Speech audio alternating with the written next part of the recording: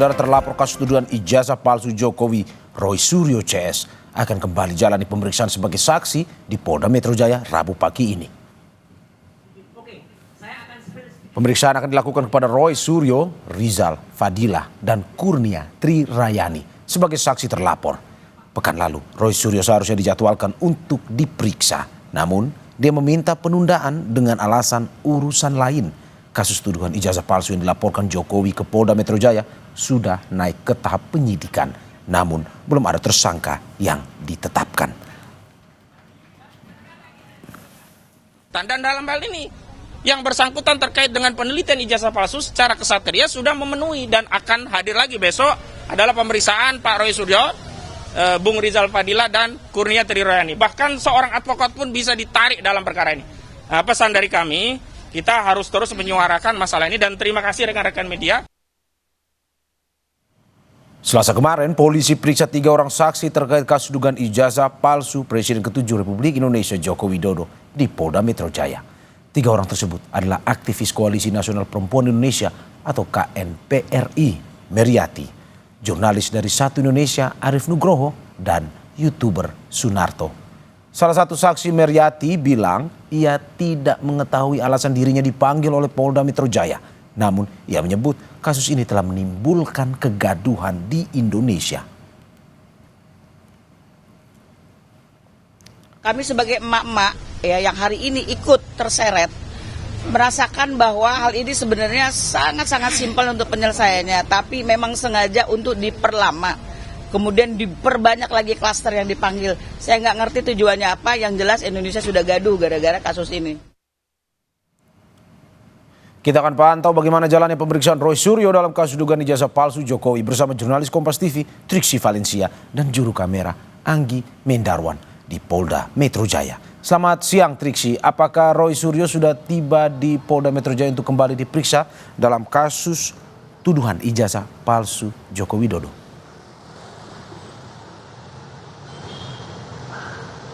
Selamat pagi Mario dan juga saudara. Kalau sampai saat ini memang kedatangan dari Roy Suryo, kemudian juga ada dari Kurnia Trirayani serta Rizal Fadilah selaku Wakil Ketua Tim Pembela Ulama dan aktivis belum tiba di Polda Metro Jaya. Tadi kami mengkonfirmasi kepada kuasa hukum dari Roy Suryo dan lainnya yakni Ahmad Kozinudin bahwa diperkirakan ataupun juga disampaikan pada pukul 10 pagi rencananya ini akan tiba di Polda Metro Jaya. Karena memang kalau kita melihat dari agenda ataupun juga undangan yang diberikan kepada ketiganya dijadwalkan untuk diperiksa pada pukul 10 pagi di Polda Metro Jaya ataupun juga di Diskrimum Polda Metro Jaya yang saat ini kami juga sedang menanti kedatangannya. Lalu kemudian juga tadi memang disampaikan bahwa sebenarnya ketiganya ini ataupun juga dengan saksi-saksi lainnya dijadwalkan pada minggu lalu untuk dilakukan pemeriksaan. Tapi karena memang ada acara, ada juga rangkaian 17-an, maka dari itu diminta untuk dijadwalkan ulang pada minggu ini ataupun juga pekan ini. Kalau kemarin sudah dilakukan pemeriksaan kepada 3 orang saksi, yakni kepada Meriati, Arief Nugroho, dan juga Sunarto. Hari ini ada 3 orang lagi yang akan diperiksa seperti Roy Suryo, Kurnia Trirayani, serta Rizal Fadilah. Nah, sebenarnya ada 4 orang lagi yang kemudian dijadwalkan ini tapi masih belum disampaikan kapan kemudian mereka akan dijadwalkan untuk dilakukan pemeriksaan, yakni kepada Nurdian Syah Susilo, Mikael Benyamin Sinaga, Rustam Effendi, dan juga Rismon Sianipar.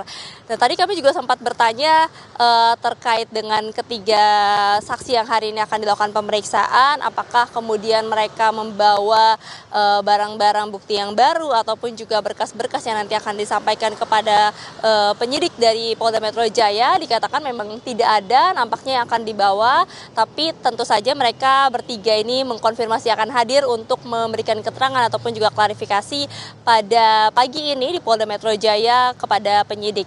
Mario. Oke, sebelumnya Roy Suryo, Triksi, ini sudah diperiksa. Lalu apa yang kali ini akan didalami di pemeriksaan di Polda?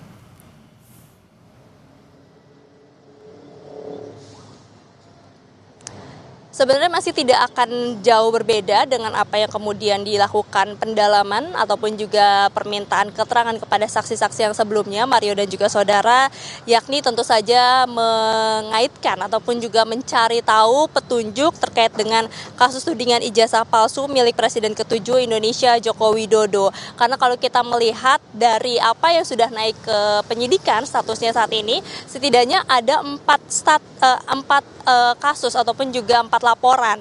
Yang pertama memang terkait dengan dugaan pencemaran nama baik, lalu kemudian juga ada 3 laporan polisi terkait dengan dugaan penghasutan orang lain.